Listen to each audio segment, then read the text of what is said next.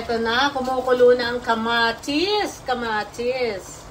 Para sa sarsyadong tilapia. Tapos, lalagay na isa-isa yung tilapia. Yung medyo na-pritong tilapia. Ano man tayo? Slightly cooked. Tapos, kailan mo ilalagay yung itlog? Panghuli.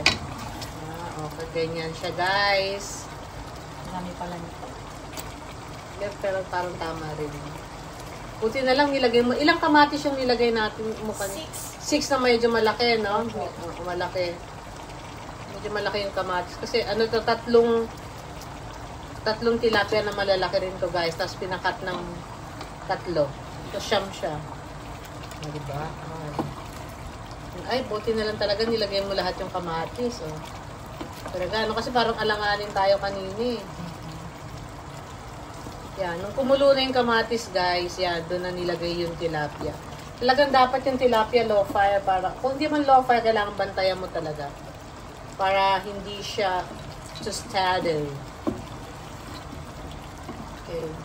Tapos yan, okay na? Okay. Pwede na ilagay yung itlog. So, ganyan siya, guys. Kasi actually, luto na, guys, eh. Luto na yung isda, eh. Tapos, ginisa na rin naman na yung kamatis. So, luto na technically lahat. Yes. Tapos, yan, babatihin lang yung itlog. Yung itlog, ilan? 7? 6? 7 itlog. Dinagdagan ko kanina. Masarap siya pag marami itlog.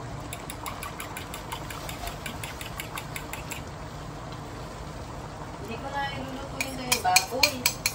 Kasi nagluto si ate, tapos nagluluto pa raw siya ng manok. Ano natin ulam? Oo.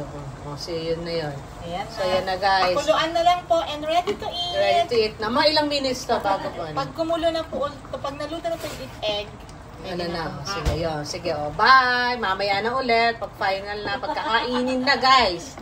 Okay, bye!